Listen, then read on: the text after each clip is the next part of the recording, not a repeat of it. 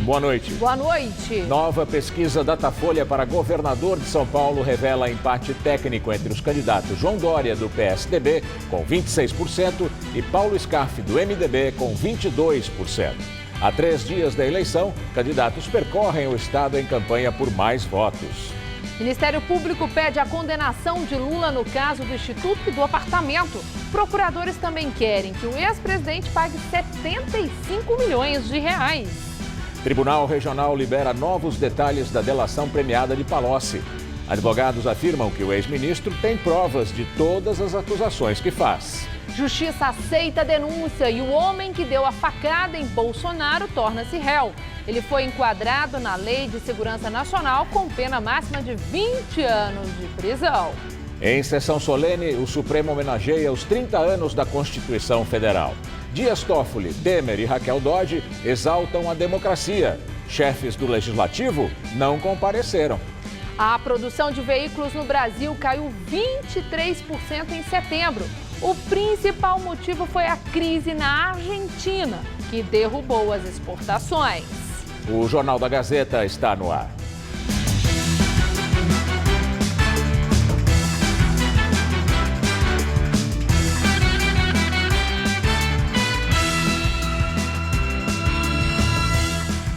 Foi divulgada agora há pouco mais uma pesquisa Datafolha para a sucessão ao governo de São Paulo. Ela traz um empate técnico entre João Dória e Paulo Scaff. O candidato João Dória, do PSDB, aparece em primeiro, com 26%. Paulo Scaff, do MDB, em segundo, tem 22%. Márcio França, do PSB, tem 16% e Luiz Marinho, do PT, tem 6%. Outros detalhes da pesquisa Ibope, ainda nesta edição do Jornal da Gazeta. Vamos ver como foi o dia de campanha dos candidatos ao governo de São Paulo, mas bem colocados nas pesquisas. Márcio França, do PSB, fez campanha em Campinas, no interior do estado. Candidato à reeleição, anunciou que vai investir R$1 bilhão no empreendedorismo paulista. Em terceiro nas pesquisas, ele garantiu que estará no segundo turno. João Dória, do PSDB, fez campanha na região do ABC e na capital. O tucano disse que, se eleito, vai usar monitoramento eletrônico contra roubo de veículos. Questionado, ele não quis responder se apoiaria Bolsonaro num eventual segundo turno. Afirmou que vai deixar para avaliar a situação a partir de segunda-feira. Paulo Scaff, do MDB, visitou a ACD, na região do Ibirapuera, e depois foi para Piracicaba. O candidato também falou que vai estar no segundo turno. Sobre a disputa presidencial, afirmou que não vai ficar neutro e que vai apoiar Bolsonaro numa eventual disputa com Haddad. Luiz Marinho, do PT, participou de caminhadas na região do Jabaquara e na favela de Paraisópolis, na capital. O petista disse que, se eleito, o governo dele vai ser feito com a participação social. Ele voltou a prometer a integração entre as polícias para combater a criminalidade. E o Datafolha também divulgou números para a disputa do Senado. Eduardo Suplicy, do PT, tem 25%. Mara Gabrilli, do PSDB, 21%. Major Olímpio, do PSL, 17%. Mário Covas, do Podemos, 12%. Trípoli, do PSDB, 11%. Mauro Image, do PSB, 10%. Tiveram alta hoje o Major Adriano da Costa e Silva, candidato ao governo de São Paulo pelo partido Democracia Cristã, e o capitão Hamilton da Silva Munhoz, assessor dele. Os dois sofreram um atentado a tiros ontem em Ribeirão Pires, na região do ABC Paulista, quando voltavam de um comício. Segundo o assessor do candidato, ele vinha sofrendo ameaças. O major Adriano da Costa e Silva, do Democracia Cristã, e o coordenador de campanha dele, capitão do Exército Hamilton Munhoz, ficaram internados neste hospital em Santo André. O capitão chegou a ser atingido nas costas, mas o projétil parou no colete à prova de balas que ele usava. Segundo o boletim de ocorrência, eles voltavam de uma atividade política em Mauá, quando foram abordados por 2 motos que se aproximaram do veículo e dispararam. Os motociclistas conseguiram fugir. Eu estava indo até, no caso, tentar pegar o Rodanel para casa do Major. na qual começamos a tomar tiros no carro. Como eu via de estilhaçou, eu não consegui visualizar, mas pelo barulho, saíram 2 barulhos distintos. Você percebia que eram 2 motos. Na tentativa de escapar do ataque, o capitão que conduzia o veículo tentou sair da pista e acabou capotando com o carro. Eles foram parar num brejo, por isso tanta lama aqui em cima. E quando o carro começou a afundar, eles não conseguiam sair. Então eles deram 2 tiros aqui no vidro. Mesmo assim, eles precisaram sair pela lateral. Os investigadores aqui da delegacia de Ribeirão Pires, na Grande São Paulo, não descartam nenhuma hipótese. Dizem que pode ser uma tentativa de roubo, isso porque é muito comum na região, ou também um atentado político. A equipe do candidato Major Costa e Silva confirma que ele vinha recebendo ameaças. Mais de 4, 5 ameaças. Não só telefonemas, como ameaças escritas. O próprio delegado já teve acesso às ameaças. Na minha opinião, realmente foi atentado, porque eles já tinham falado que haviam recebido algumas ligações de ameaça. A Corregedoria do Conselho Nacional de Justiça deu prazo de 15 dias para o juiz Sérgio Moro explicar por que divulgou a delação do ex-ministro Antônio Palocci no começo do mês. A decisão do CNJ foi tomada depois de uma representação dos deputados federais do PT, Paulo Teixeira, Paulo Pimenta e Vadi Damus. Segundo eles, Sérgio Moro não tem sido imparcial e a divulgação da delação tem o objetivo de prejudicar o Partido dos Trabalhadores às vésperas da eleição. Eles pedem uma punição para Moro. Na última segunda-feira, Moro retirou o sigilo de parte da delação premiada do ex-ministro dos governos Lula e Dilma. Palocci afirmou que tanto Lula quanto Dilma sabiam dos esquemas de corrupção na Petrobras e que havia interesse corrupto de Lula na nacionalização e desenvolvimento do projeto do pré-sal. Hoje, o desembargador João Pedro Gebra Neto, do Tribunal Regional da 4ª Região, tirou o sigilo de documentos da homologação do acordo de delação premiada do ex-ministro Antônio Palocci com a Polícia Federal. A defesa de Palocci afirma que ele cooperou de modo amplo e irrestrito, entregando às autoridades uma colaboração extensa, composta por mais de 45 anexos. Os advogados de Palocci também afirmam que o ex-ministro tem provas de todas as acusações que faz, incluindo testemunhas que podem atestar os fatos narrados, os encontros e as entregas de dinheiro ilícito.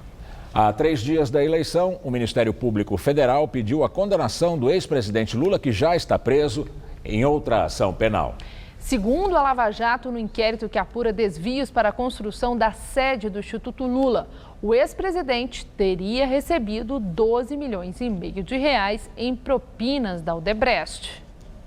Além do próprio ex-presidente Lula, os procuradores pedem a condenação do advogado dele, Roberto Teixeira, do ex-ministro Antônio Palocci, do empreiteiro Marcelo Odebrecht e de outras 4 pessoas. Eles se tornaram réus neste inquérito por corrupção passiva e lavagem de dinheiro. Segundo a Procuradoria, o grupo é investigado por desvios que envolveram a compra do terreno para a nova sede do Instituto Lula e também de uma cobertura vizinha ao apartamento do petista em São Bernardo do Campo. O MPF pede que Lula pague 75 milhões de reais referentes ao total de propina paga pela Odebrecht para a contratação dos consórcios responsáveis pela obra. Já com relação ao apartamento no prédio de Lula, o documento sustenta que o ex-presidente recebeu de forma dissimulada o imóvel de número 121 do edifício residencial Rio House, mantido na época em nome do empresário Glaucus da Costa Marques.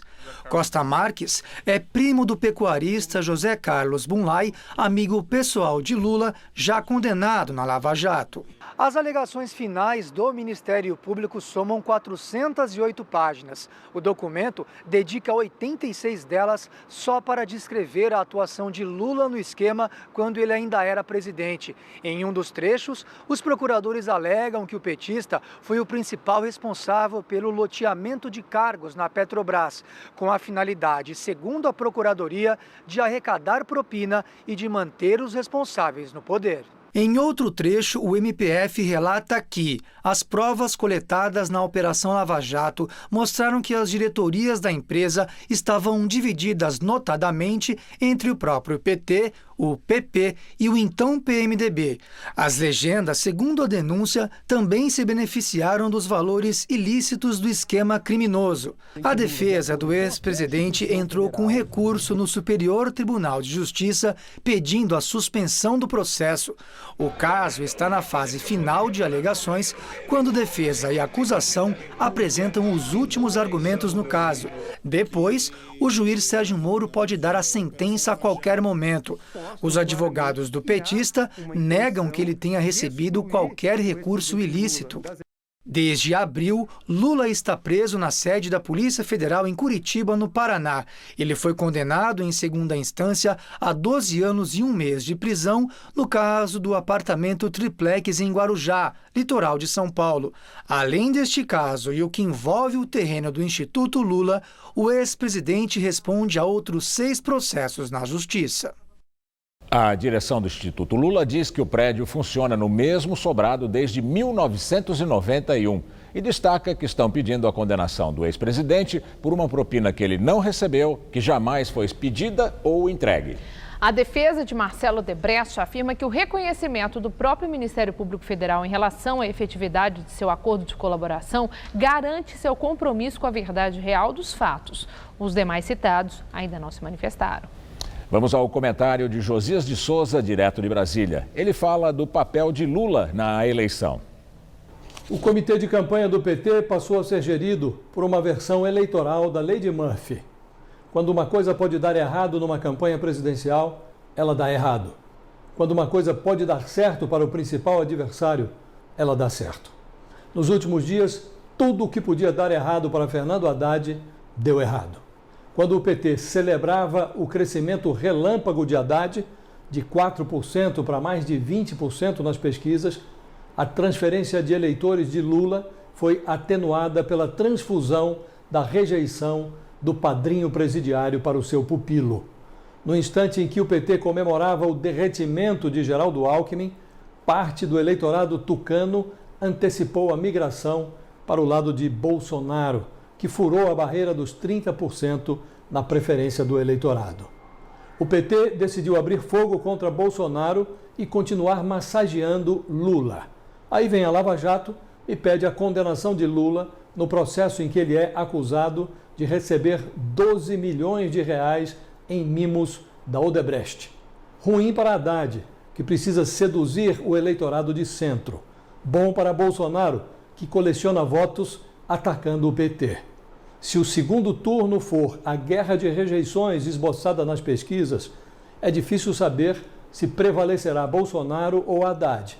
Mas já se pode dizer que o próximo presidente da República, seja quem for, ficará devendo sua vitória a Lula. Boa noite. O Ministério Público Federal divulgou hoje um balanço da Operação Lava Jato. Depois de 4 anos e meio de investigações, 340 pessoas foram denunciadas. O último acusado formalmente foi o engenheiro Douglas Campos Pedrosa de Souza, pelo crime de lavagem de dinheiro em contratos feitos entre Odebrecht e a Petroquisa, uma subsidiária da Petrobras, quando o pai dele, Djalma Rodrigues, era diretor da empresa.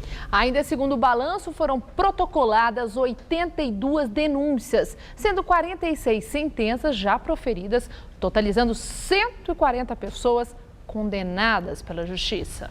Domingo, a partir das 5 da tarde, você acompanha o programa especial Hora do Voto, que vai trazer a cobertura completa do dia das eleições e as análises dos números das urnas com vários especialistas. O presidente Michel Temer ressaltou a importância da Constituição de 1988, que completa 30 anos. Foi durante cerimônia no Palácio do Planalto que foi anunciado investimentos para o novo ensino médio.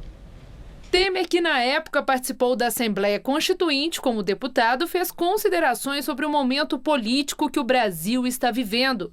Disse que, independente do cargo, não é correto seguir as próprias ideias para comandar um país, mas sim a Constituição Federal, que organiza a sociedade e não existe caminho fora dela. Direitos sociais são fundamentais para o país e por isso não podemos nos descurar deles. E quem nos determina isso não é uma vontade autoritária, não é a vontade do presidente da República. Nós somos autoridades constituídas, ou seja, nós exercemos o poder.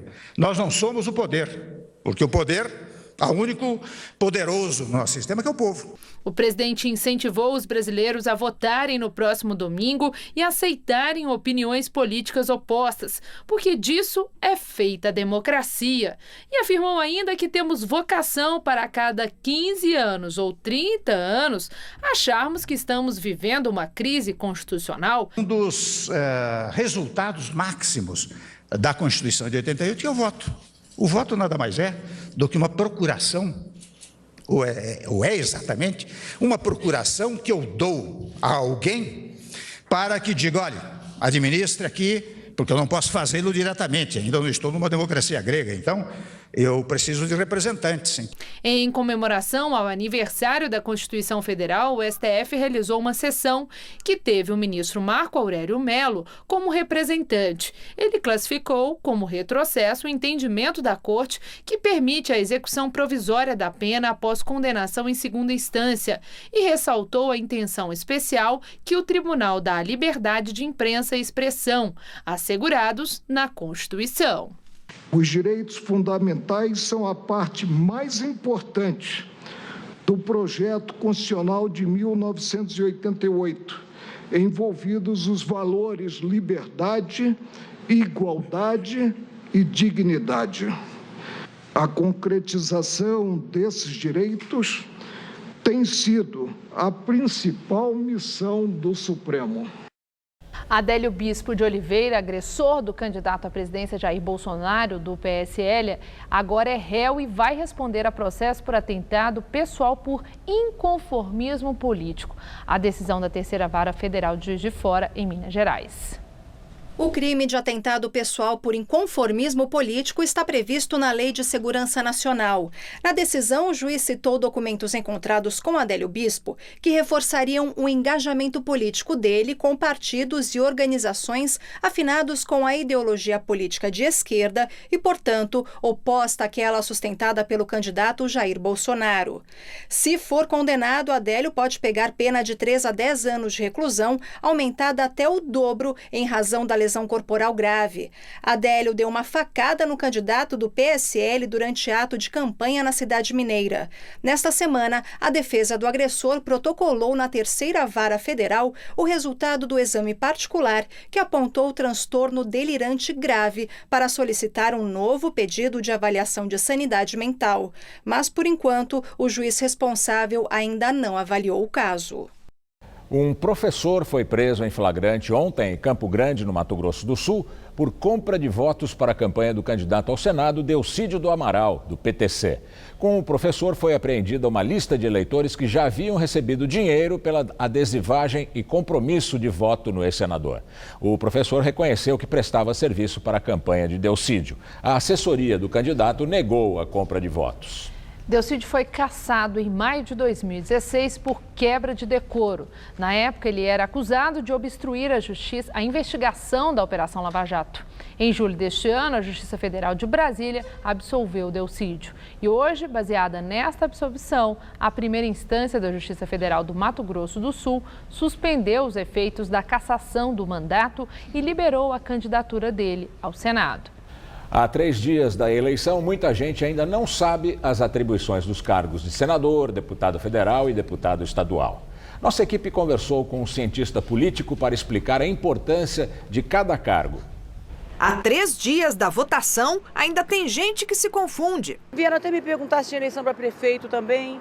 A gente vai votar para prefeito? Quem é? Não, prefeito ainda não. São 6 nomes para escolher no domingo. Presidente, deputado estadual, deputado federal. É isso que eu lembro. Falta senador. São 2. São 2 senadores? Exatamente. A cada 4 anos, de forma alternada, são eleitos 1 ou 2 senadores por estado, para um mandato de 8 anos. Nesta eleição, as vagas são 2. É do Senado a atribuição de processar e julgar o presidente da República, ministros do Supremo e outras autoridades que venham a ser acusados de crime de responsabilidade. Juntos, os 81 senadores representam o país como um todo. Já os deputados federais defendem os interesses do estado pelo qual foram eleitos, ou de grupos sociais e econômicos, como o de ruralistas, funcionários públicos, professores. 33 milhões de paulistas, quase um quarto do eleitorado do país, vão escolher 94 deputados estaduais, que vão ocupar essas cadeiras aqui no plenário da Assembleia Legislativa de São Paulo. Eles são eleitos a cada 4 anos, como os deputados federais. Para a Câmara, em Brasília, os brasileiros vão escolher 513 integrantes. As vagas são divididas de acordo com o tamanho da população. O mínimo é de 8 deputados, no caso do Distrito Federal e de 10 estados. São Paulo é o que tem mais, 70 representantes. O trabalho dos deputados é discutir e votar o orçamento dos governos, o da União, junto com o Senado.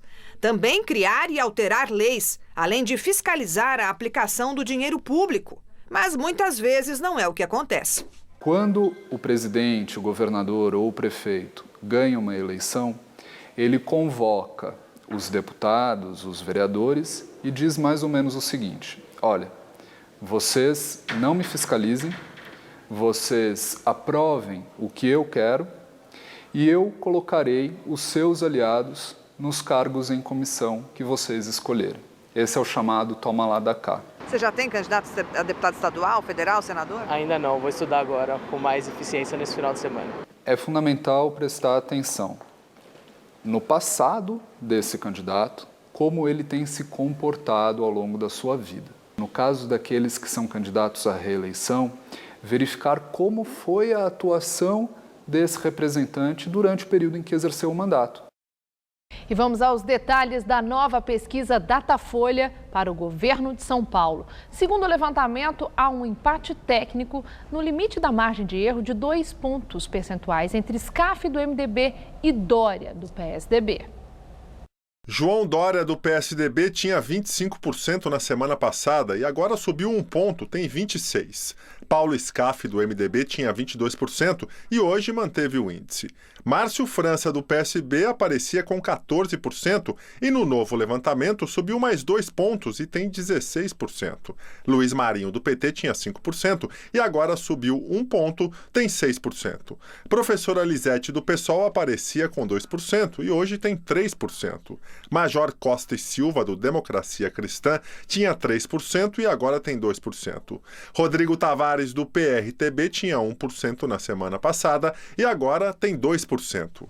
Os demais candidatos atingiram 1% ou não pontuaram. Brancos e nulos eram 15% e agora 11%. Não sabe, não respondeu eram 8% e hoje o mesmo índice. O Datafolha também analisou alguns cenários de segundo turno. Entre Scaff e Dória, o presidente da Fiesp fica com 42% e o ex-prefeito paulistano, 38%. Branco nulo, 16% e não sabe, não respondeu, 3%. Entre Dória e França, há um empate. Os dois aparecem com 41%. Branco e nulo, 15%. E não sabe, não respondeu, 4%. Entre Paulo Scaff e o atual governador, o MDBista fica com 44% e França, 36%. Branco nulo, 20%. Não sabe, não respondeu, 5%. E o Datafolha também divulgou a rejeição dos candidatos ao governo paulista. João Dória, do PSDB, tem 38%. Paulo Scaff, do MDB, 27%. Luiz Marinho, do PT, 27%. Toninho Ferreira, do PSTU, 22%. Major Costa e Silva, do Democracia Cristã, 21%. Rejeita todos, não votaria em nenhum, 8%. Não sabe, 8%. Vamos ver como foi o dia de campanha dos candidatos à presidência da República mais bem colocados nas últimas pesquisas. Ciro Gomes, do PDT, não teve agenda pública. Ele fez campanha nas redes sociais. Em terceiro lugar nas pesquisas, o pedetista disse que a eleição ainda está em aberto. Ele afirmou que não é favorito, mas que nessa reta final está crescendo. No Twitter, pediu aos eleitores que compareçam às urnas para participar do processo político no domingo. Geraldo Alckmin, do PSDB, deu entrevista à Rádio Tupi, no Rio de Janeiro. O tucano descartou uma coligação para enfrentar a polarização entre Bolsonaro e Haddad no primeiro turno. Segundo ele, nenhum candidato vai abrir mão da candidatura para apoiar outro nome. O ex-governador diz que teme a piora da crise econômica no Brasil numa eventual vitória de Bolsonaro. Fernando Haddad também não teve compromisso público de campanha. Num vídeo divulgado nas redes sociais, o petista fez um alerta sobre notícias falsas e criticou as publicações de fake news nas eleições. Haddad falou ainda que vai continuar a disputa fazendo uma campanha limpa e combatendo as mentiras. Marina Silva, da Rede, também publicou mensagens na internet. Ela disse que o voto não pode ser por medo ou contra um ou outro candidato. Segundo Marina, o eleitor deve votar pela união do Brasil. Nos últimos dias, ela tem criticado a polarização entre Haddad e Bolsonaro. Jair Bolsonaro, do PSL, deu entrevista à Rádio Jornal de Pernambuco. Disse que o economista Paulo Guedes, conselheiro econômico da campanha dele, cometeu ato falho ao falar da recriação da CPMF. O candidato afirmou que num eventual governo não vai admitir a volta do imposto, que ele classificou de ingrato e não justo. João Amoedo, do Novo, fez campanha no Piauí. Em Teresina, o candidato se encontrou com a militância do partido. Ele defende a parceria público-privada para destravar as obras no Brasil. Disse que, se eleito, pretende fortalecer a integração entre governos federal, estados e municípios no combate à violência. E agora vamos ao comentário de política com José Neumann Pinto. Na sua última comunicação, no horário eleitoral da televisão e do rádio, todos os candidatos, à exceção do Bolsonaro, é claro, se queixarão da polarização e repetirão isso que você acaba de ouvir, que a Marina disse, que o Alckmin disse, que não se pode votar com ódio e que a polarização é uma coisa negativa. Isso aí ou é uma besteira absurda ou é um truque vagabundo e inócuo para se aproximar do líder das pesquisas. Por quê? A eleição em segundo turno ela é polarizada por existência, por exigência. Ou seja, a polarização decorre do próprio fato de haver um segundo turno. Esta semana eu publiquei uma entrevista no meu blog, como faço toda semana, com Márcia Cavalari do Ibope. Ela disse exatamente isso. No primeiro turno você vota em quem você quer, no segundo turno você vota em quem não quer. Isso é uma disposição constitucional. Agora, a questão do ódio, a questão da raiva, eu diria o seguinte, esses políticos são muito interessantes, então eles nos impõem uma roubalheira inusitada na história, aumentam o nosso desemprego, nos tratam como se fôssemos animais ou cidadãos de segunda categoria nos departamentos do Estado, né? Aí querem que nós votemos na paz, a democracia é tão bonita, a democracia é harmonia, nada de voto do medo. O medo é consequência natural da insegurança que o Estado brasileiro não consegue combater por incompetência e por desídia. O voto do medo é tão legítimo como qualquer um. Medo é um sentimento normal no ser humano. E querem acabar com a nossa indignação, querem proibir, censurar a nossa indignação. Ora, vão catar coquinhos, não é? Bom, eu volto terça-feira, direto ao assunto. Em té. E daqui a pouco, Maria Lídia entrevista o deputado federal Rodrigo Garcia do DEM, candidato a vice-governador na chapa de João Dória, do PSDB. Escutas da Polícia Federal registraram conversas sobre o pagamento de R$1.200.000 em propina para as campanhas do candidato ao Senado Marconi Perillo, do PSDB e ex-governador de Goiás. Investigado na operação Cash Delivery, Perillo teria recebido mais de R$1 milhão da construtora Debrecht para suas campanhas em 2010 e 2014. É o que as conversas gravadas entre funcionários do doleiro Álvaro José Novis, delator da Lava Jato, e um policial militar e motorista de Jaime Rincon, coordenador de campanha do atual governador de Goiás, revelaram, segundo a Polícia Federal. De acordo com o inquérito, nos trechos transcritos, os funcionários confirmaram números que seriam referentes ao montante de dinheiro entregue para as campanhas do Tucano. Um dos empregados do doleiro Novis, que participa do diálogo interceptado, também foi identificado pela Polícia Federal como policial militar. Jaime Rincon e seu motorista estão presos junto a outros envolvidos no esquema, incluindo o filho de Jaime. Todos os envolvidos sempre negaram as acusações. A polícia investiga o recebimento de 12 milhões de reais de propina durante as 2 últimas gestões de Marconi Perillo no governo. A defesa de Marconi Perillo informou que o candidato ao Senado vai prestar depoimento só depois das eleições, conforme liberação da Polícia Federal. Os advogados de Jaime Rincon e do filho dele, Rodrigo Rincon, disseram que não vão comentar o assunto ainda. Jaime foi substituído na presidência da Agência Goiana de Transportes e Obras depois que teve prisão preventiva decretada. Católicos levaram seus bichinhos de estimação para a bênção do dia de São Francisco, comemorado hoje. O santo protetor dos animais é conhecido por sua humildade e respeito à natureza. Francislene chegou à paróquia São Francisco de Assis, na Vila Clementino, na zona sul de São Paulo, bem acompanhada. As 4 mascotes vestiram uma roupa especial. Tudo para receber a bênção do Frei na porta da igreja. É uma homenagem a ele, né? A São Francisco de Assis. É só amor que eles dão, não tem mais nada. É amor e você aprende com eles, né? Em diversas paróquias da cidade foi assim. Teve fila com os animais em busca desta proteção divina. Hoje é comemorado o dia de São Francisco de Assis, um dos santos mais populares da Igreja Católica, e que ficou conhecido pela sua dedicação aos pobres e à proteção aos animais.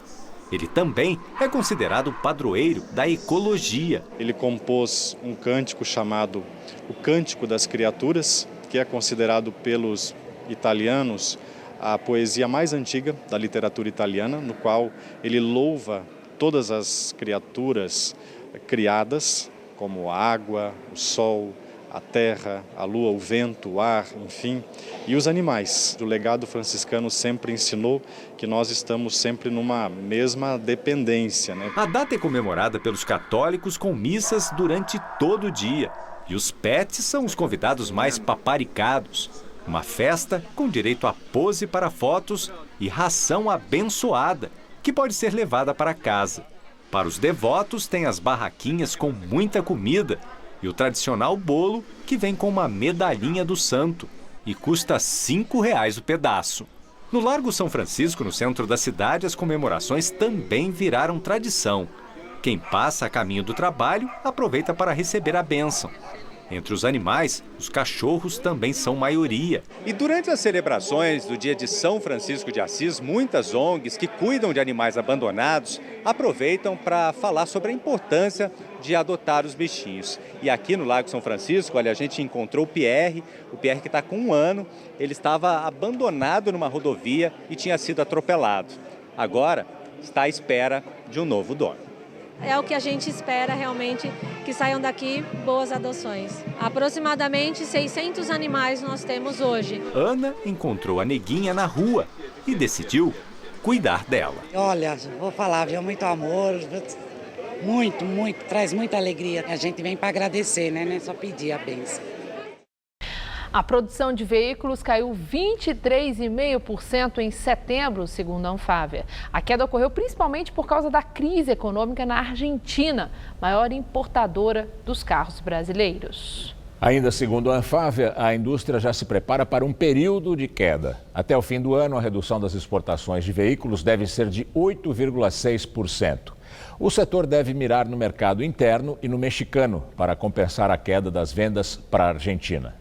Agora vamos ao comentário de economia com Vinícius Torres Freire.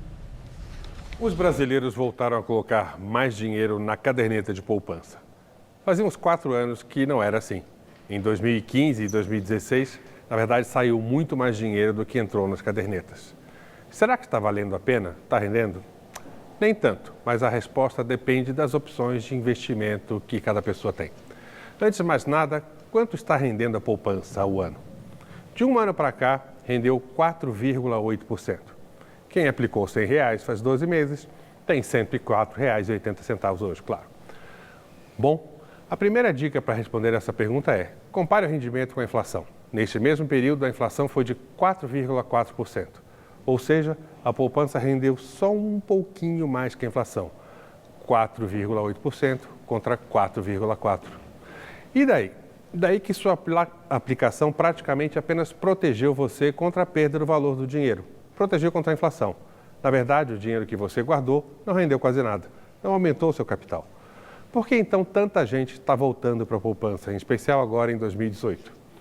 Porque depois de perder para a inflação por um tempo, como a gente disse, a caderneta rendeu bem no ano passado. A taxa de juros estava mais alta e a inflação caiu rápido. Agora, em 2018, os juros ainda estão baixos e a inflação deu uma subidinha. Tem alternativa quase tão segura quanto a poupança para investir? Tem. Alguns fundos de renda fixa. Mas é preciso pesquisar, se informar sobre cada fundo. Fundo de banco paga imposto e tem taxa de administração. Se bobear, rende menos ainda que a poupança. Para quem pode deixar o dinheiro aplicado por mais tempo, por um prazo fixo, a opção, como quase sempre, como a gente diz aqui, é Tesouro Direto. Em resumo, investir no Tesouro Direto é emprestar dinheiro para o governo, como fazem os grandes investidores do chamado mercado e com as mesmas taxas de juros. A aplicação é bem mais difícil de entender e é preciso abrir uma conta numa corretora, que pode ser a corretora do seu banco, mas é uma aplicação que vale muito mais a pena. Em termos de segurança e rentabilidade, é a melhor aplicação para o poupador, para os pequenos em especial. Procure na internet Tesouro Direto. Está tudo explicadinho lá. Boa noite. O ministro Celso de Mello, do Supremo Tribunal Federal, validou parcialmente o acordo de delação premiada do ex-publicitário Marcos Valério, firmado com a Polícia Federal e a Polícia Civil de Minas Gerais. Marcos Valério já foi condenado a 37 anos e 5 meses de prisão no mensalão do PT e é réu na ação do mensalão do PSDB em Minas. Ao homologar a delação, o ministro Celso de Mello, do STF, determinou que a Polícia Federal inicie a investigação das informações narradas. A delação de Marcos Valério não tem relação com a Operação Lava Jato e, segundo a imprensa mineira, deve incriminar políticos do Estado. O mensalão tucano foi o embrião do mensalão do PT em Brasília. Celso de Mello determinou o sigilo do depoimento até que o Ministério Público apresente denúncias sobre o caso. Mas a Procuradora-Geral da República, Raquel Dodge, tinha sido contra a homologação de acordos de delação entre a polícia e os delatores, alegando falta de comprovação dos crimes narrados, como aconteceu também no caso do ex-ministro Antônio Palocci, do PT. Marcos Valério entregou 60 anexos e prestou declarações sobre pessoas com foro privilegiado no STF. Os benefícios jurídicos em favor do delator não foram ainda fixados pela Justiça e, segundo Celso de Mello, vão depender da comprovação dos fatos delatados. A JBS vai recolher nos Estados Unidos 3.000 toneladas de carne moída sob suspeita de contaminação por salmonela. A carne foi embalada entre julho e setembro na unidade da JBS no Arizona. Houve cerca de 60 casos de salmonela em 16 estados americanos e o Departamento de Agricultura identificou a JBS como fornecedora da carne contaminada. A JBS disse que a retirada da carne do mercado agora é voluntária e que sua prioridade é garantir a segurança do consumidor. A salmonelose, doença causada pelo consumo de alimentos contaminados, provoca diarreia, cólicas abdominais e febre. Os sintomas são mais graves em pessoas com um sistema imunológico enfraquecido, como bebês e idosos. E o calor diminuiu hoje aqui em São Paulo. Vamos ver com Mariana Armentano os detalhes da previsão para o Brasil e todo o estado de São Paulo.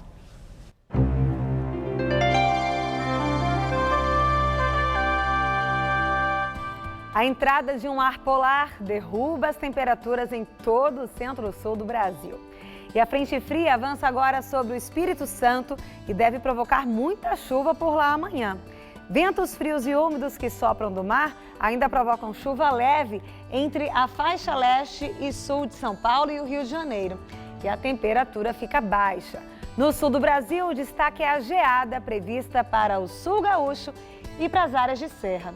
E olha, no fim de semana volta a chover com forte intensidade, principalmente no domingo de eleição, aqui em São Paulo e também no sul do país. Mas amanhã ainda é sexta-feira. Vamos ver como ficam as temperaturas? Olha só, tempo firme em Salvador, com máxima na casa dos 30 graus. Em Vitória faz só 26, com tempo bem chuvoso. No Rio também, dia típico para os cariocas, máxima só de 24 graus.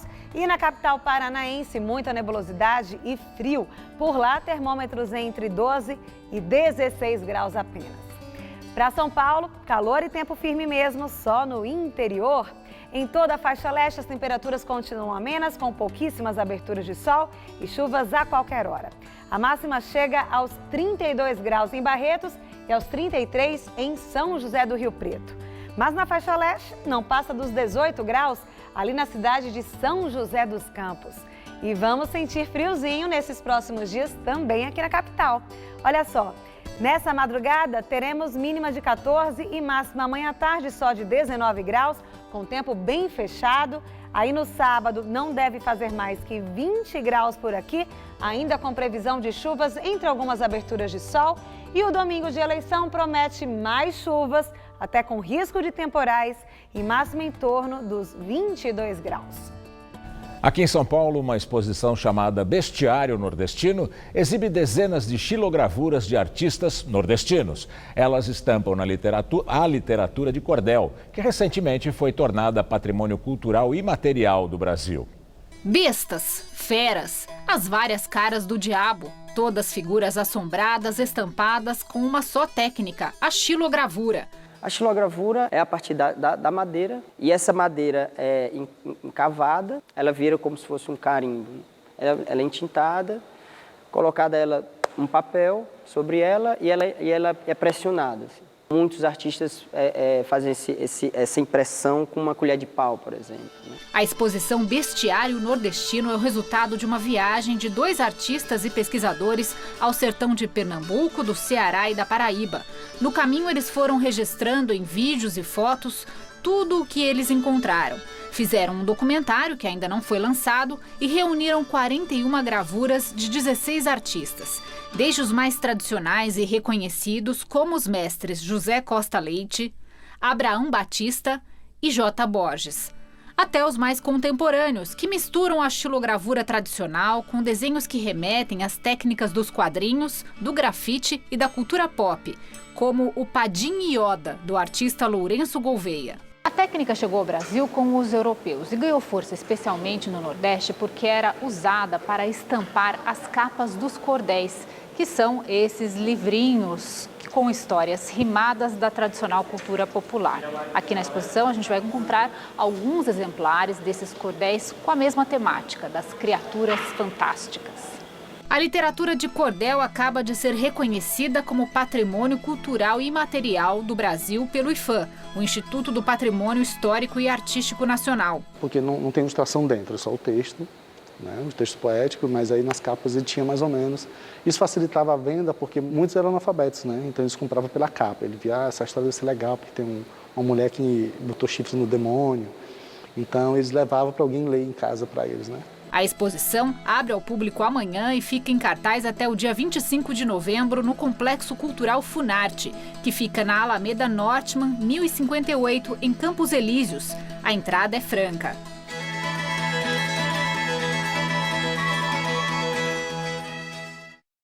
Daqui a pouco, Maria Lídia entrevista o deputado federal Rodrigo Garcia do DEM, candidato a vice-governador na chapa de João Dória, do PSDB. Até já!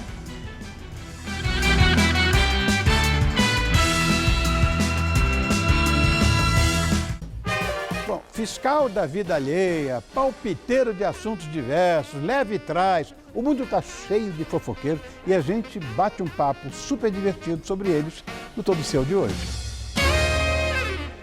Tigo 2, com rodas e liga leve, sensor e câmera de ré, volante multifuncional, central multimídia, teto solar elétrico, freios a disco nas 4 rodas, assistente de subida, controle de tração e estabilidade, câmbio automático de última geração. Faça um test drive e entenda por que a Caoa Chery é a marca que mais cresce no Brasil.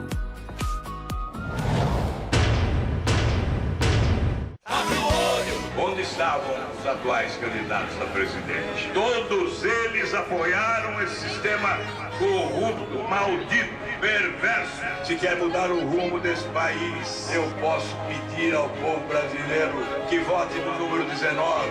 Serei presidente da República se o povo me eleger durante 4 anos. E 4 anos serão suficientes para mudar a história desse país. Vote Álvaro Dias 19. A Prefeitura de São Paulo promove uma vida cheia de atividades para a melhor idade. No NCI, o idoso recebe o carinho que merece. Acesse o site da Prefeitura e saiba mais. Seu direito de saber é nosso dever.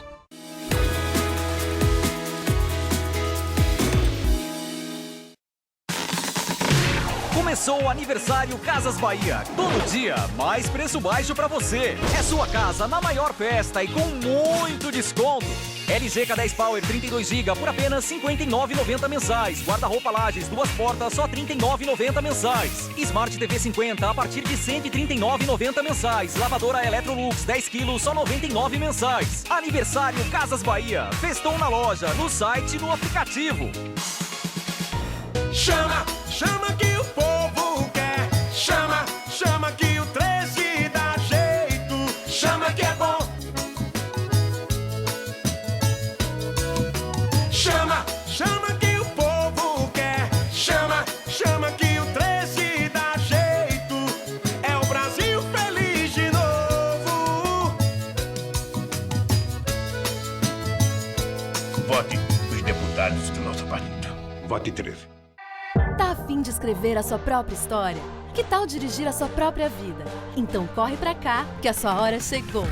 Bem-vindo ao Universo Casper, um lugar certo para você pensar, criar e questionar. Na Casper, razão e emoção se unem para fazer diferente, fazer melhor. E você, aceita o desafio? Tem muita coisa nova te esperando por aqui. Faculdade Casper Líbero, Vestibular 2019. Paixão por comunicação.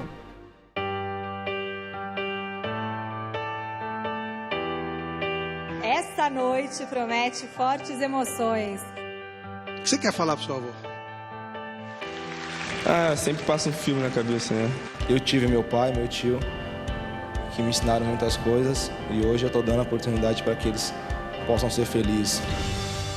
Meu sonho era ser jogador de futebol e hoje eu tô tendo a oportunidade de viver esse momento. É uma honra poder te entregar esse prêmio de melhor treinador do Brasil. Que legal, esse garoto realmente é muito fera. Agradeço a todos, sem eles eu não estaria aqui essa noite. Você continua sendo esse cara maravilhoso, esse jogador maravilhoso. Agradeço a Gazeta por esse lindo troféu de todo o coração. Troféu Mesa Redonda. Oferecimento LuxColor. Tudo que é muito bom é tão bom quanto pintar com LuxColor.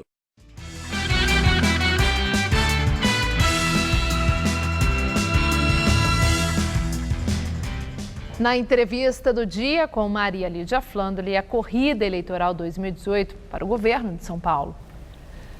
Nosso entrevistado é o deputado federal do DEM, Rodrigo Garcia, que já foi titular das Secretarias Estaduais da Habitação, do Desenvolvimento Social e do Desenvolvimento Econômico, Ciência, Tecnologia e Inovação. E hoje, Rodrigo Garcia é candidato a vice-governador do estado de São Paulo na chapa de João Dória, do PSDB. Muito obrigada por estar conosco. Bom, há 15 dias, mais ou menos, o DEM apostava em Geraldo Alckmin, acreditando que Alckmin iria para o segundo turno. Alckmin não saiu ali dos 8%, 9%. Eu quero saber se o DEM desistiu de Geraldo Alckmin. Olha, Maria Lídia, boa noite a você, boa noite a todos os espectadores da TV Gazeta. O DEM apostou na candidatura do Geraldo Alckmin desde o início, né? Tanto é que praticamente teve à frente de um grande bloco de partidos que apoiaram a candidatura de Geraldo Alckmin. Mas e hoje, que ele ficou nessa situação? Para que ele pudesse ter condições de mostrar a sua mensagem. Foi uma eleição completamente diferente das outras, né? E o Democratas estará com o Geraldo até o último momento, até as eleições do próximo domingo, né? Nós necessariamente não precisamos estar do lado de quem ganha. Nós precisamos estar do lado certo, Maria Lídia. E foi esse o norte que o Democratas tomou há 2 meses atrás na sua convenção, mostrando que era coerente o apoio do Democratas à candidatura de Geraldo Alckmin, junto com vários partidos que também acreditam em Geraldo Alckmin. Então, estamos aguardando o resultado da eleição no próximo domingo, para que a gente possa avaliar qual será o nosso posicionamento no segundo turno, se o Geraldo Alckmin não passar para o segundo turno. Agora, o DEM está numa posição muito boa, né? Nessa eleição, muito melhor do que na eleição majoritária passada. O DEM poderá eleger alguns governadores. Eu fui fazer uma apuração aí e observei isso, coisa que não conseguiu em 2014. E também há uma estimativa de que vocês possam fazer cerca de uns 40 deputados federais. Eu não sei se é muito otimismo ou se objetivamente vocês estão com condição de eleger uma bancada com essa expressão. Mas eu quero saber o que conferiu de 2014 para cá a força política ao DEM para esse desempenho que estamos acompanhando. Olha, Maria, nós estamos com essa expectativa. Eu, quando reassumi o meu mandato de deputado federal em janeiro deste ano, assumi a liderança da bancada do Democratas na Câmara, com 28 deputados. Hoje eu sou líder de 44 deputados. Então, na janela partidária, vários deputados migraram para o nosso partido. E temos uma expectativa de eleição de 4 ou 5 governadores nesse mandato, nesse ano. Eu acho que o que conferiu esse protagonismo novamente ao Democratas foi a nossa coerência. Nós tivemos um mandato diferenciado, um mandato que teve impeachment da presidente Dilma, 2 denúncias contra o presidente Temer. E o Democrata sempre se manteve como um partido muito coerente àquilo que sempre pregou. E a presidência da Câmara, na mão de Rodrigo Maia, também conferiu equilíbrio no momento de instabilidade ao Brasil. E acho que tudo isso foram fatores decisivos para atrair quadros para o partido e esperamos sair bem maiores nessas eleições de 2018 do que saímos em 2014. Bom, agora aqui em São Paulo. Qual é a sua expectativa em termos de análise, objetivos, com os dados e com a observação e com os números que estão saindo agora todos os dias? Vocês têm ainda, como já tiveram, alguma esperança que João Dória pudesse repetir aquele feito quando ele ganhou no primeiro turno na prefeitura? Olha, Maria Lídia, eu estava revendo as pesquisas do João Dória de 2016, quando candidato a prefeito. As pesquisas de 2016 davam o João Dória 3, 4 dias antes das eleições, com números próximos do que ele tem hoje, cerca de 30% de intenção de voto, né? Então, tudo é possível. As pesquisas, elas nos dão uma bússola, nos dão um indicativo do sentimento do eleitor, mas a pesquisa verdadeira é no domingo, né? No momento em que o eleitor sai de casa, toma a sua decisão e faz o voto. Então, nós estamos muito felizes, o João Dória. Eu, ao lado dele, como seu candidato a vice, percorremos quase 200 cidades nessa campanha. Fomos de longe a candidatura que mais viajou pelo interior, pela Grande São Paulo, levando as propostas da nossa candidatura para os 4 cantos de São Paulo e vamos aguardar o julgamento no próximo domingo. Mas estamos muito confiantes na vitória do João Dória. Agora, o João Dória está bem diferente nessa campanha, né, daquela da prefeitura, inclusive na questão da segurança pública.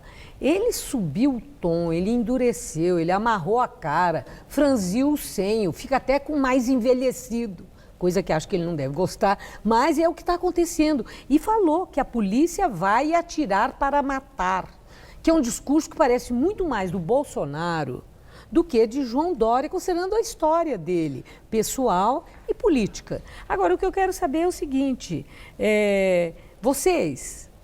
Aí eu pergunto, porque você é o vice de João Dória, estão querendo surfar na onda do Bolsonaro para fortalecer uma outra onda que é do chamado o Bolsodória, gente que vota no Bolsonaro e para São Paulo, para o governo, vota no Dória? Olha, Maria Lídia, o João Dória, quando deu essa declaração, ela foi descontextualizada. O que ele disse? Falou, olha, eu espero que os bandidos não enfrentem a polícia de São Paulo, porque se enfrentarem, a polícia vai revidar e provavelmente vai revidar derrubando o bandido. Entre morrer um policial de bem, um cidadão de bem e um bandido, é óbvio que nós queremos que morra o bandido. Agora, ninguém está pregando a violência. Nós estamos pregando uma política de segurança pública mais enérgica, onde a polícia será valorizada e apoiada pelo governador de São Paulo. Quem decide o voto, Maria Lídia, é o eleitor. O eleitor é que toma a decisão da escolha do presidente, do governador. O Dória deixou claro em várias declarações o apoio da candidatura dele, a nossa, ao Geraldo Alckmin, que é o nosso candidato. Mas faz tempo, né? Porque no último debate, ele não teve o mesmo empenho em ficar citando o Alckmin que teve no debate aqui na TV Gazeta. E apareceu um vídeo, né, muito esquisito, um militante da campanha do Bolsonaro, pedindo voto para o Bolsonaro, em que aparece o Dória caminhando, rindo, sorrindo, como quem está assentindo, e ainda fazendo aquele sinal do acelera, quer dizer, como uma anuência, como quem está concordando. Dória deixou Geraldo Alckmin e está com Bolsonaro? De forma nenhuma, Maria. Ele está com Geraldo Alckmin, vota em Geraldo Alckmin. Inclusive, no domingo, nós estaremos juntos acompanhando o Geraldo Alckmin na votação. Agora, nós nos dispensamos voto. Se as pessoas entenderem de outros candidatos a presidente, nós queremos o voto desse paulista, porque nós estamos disputando o governo de São Paulo, que é o segundo maior orçamento do Brasil, é o estado mais importante do Brasil e é fundamental que a gente deixe ele em boas mãos. Então, nós agradecemos o voto, seja de qualquer eleitor que enxergue no João Dória a melhor proposta para São Paulo. Bom, faltam 3 dias. João Dória e Paulo Scaff aparecem aí nas pesquisas numa oscilação que acaba mostrando um empate técnico. Já saímos do empate técnico, né? A Datafolha acabou de publicar a última pesquisa. Numa delas, vamos ver. Isso a gente precisa ver mais os números, mas assim, estão muito próximos, digamos assim. Agora, Dória tem algo que certamente pesa contra ele. Eu quero saber, na sua análise, se a rejeição de Dória, que de todos os candidatos é a mais elevada, 29%, poderá ser a pedra no caminho para um desempate para valer, ou mesmo para que impeça que Paulo Scaff caia e o Márcio França, que está aí com um viés de elevação nas pesquisas, que seja o adversário num segundo turno? Olha, Maria Lídia, a rejeição do João Dória ela é muito centrada na capital e muito pela decisão do João Dória de disputar o governo de São Paulo. Não é uma rejeição de atributo pessoal, né? As pessoas não criticam o Dória pela sua qualidade de gestão, pela sua honestidade, enfim, pela sua competência. As pessoas criticam, olha, eu não gostaria que ele saísse da prefeitura. Ele explicou isso de maneira didática à população, dizendo que o que levou ele a ser candidato a governador. Bom, eu vou pedir licença, nós estamos encerrando a nossa entrevista, mas juntos vamos assistir o resultado da última pesquisa Datafolha para a Presidência da República. Muito obrigado. Gamberini, com você. Nessa pesquisa que acaba de ser divulgada para a sucessão presidencial, Jair Bolsonaro, do PSL, tem 35%. O candidato Fernando Haddad, do PT, tem 22%. Ciro Gomes, do PDT, aparece com 11% e Geraldo Alckmin, do PSDB, tem 8%. Marina Silva, da Rede, tem 4%. E mais detalhes dessa pesquisa do Datafolha você vai ter na edição do Jornal das 10. Bom, a última questão, muito rapidamente. Esses números que vimos agora, qual é o seu comentário? Olha, é um crescimento ainda que existe do candidato Jair Bolsonaro, né? Expressivo, né? Expressivo. Acho que, se eu não me engano, no último Datafolha ele tinha 32%. Mas, como eu disse, Maria Lídia, o julgamento e a pesquisa verdadeira é daqui a 3 dias. É no domingo que o eleitor do país vai às urnas para escolher os seus candidatos, né? E eu espero, enfim, ter feito uma campanha ao lado de João Dória, onde nós levamos propostas, levamos ideias novas para o estado de São Paulo e vamos aguardar o julgamento popular e soberano no próximo domingo. Fica evidenciada, eu quero o teu comentário sobre a força de transferência de voto de Lula, que está na circunstância em que está, distante, preso, tudo isso. Pode estar havendo alguma mudança nessa força de transferência de voto? Por essa razão, Fernando Haddad parou de crescer? Olha, Maria Lídia, é impressionante essa força de transferência de voto. Se a gente lembrar 2 anos atrás, o Fernando Haddad teve 15%, 16% de votos na cidade de São Paulo, perdeu a eleição de prefeito, não foi aprovado pela população. E hoje ele desponta aí como segundo colocado, como um nome nacional, né, na frente de nomes já tradicionais da política. Então, o ex-presidente Lula transferiu os votos possíveis para o Fernando Haddad, mas a população agora percebe que vai escolher o próximo presidente, que terá autonomia e independência para governar, né? Então, acho que está em jogo um pouco isso, né? Aqueles que gostam do PT e aqueles que não gostam do PT, e é isso que as pessoas vão levar em consideração no próximo domingo. E eu agradeço muito sua entrevista, seus esclarecimentos, sua análise. Muito obrigado. Muito obrigada, boa noite. Boa noite, Maria. O Jornal da Gazeta termina aqui. Uma boa noite para você. Até amanhã.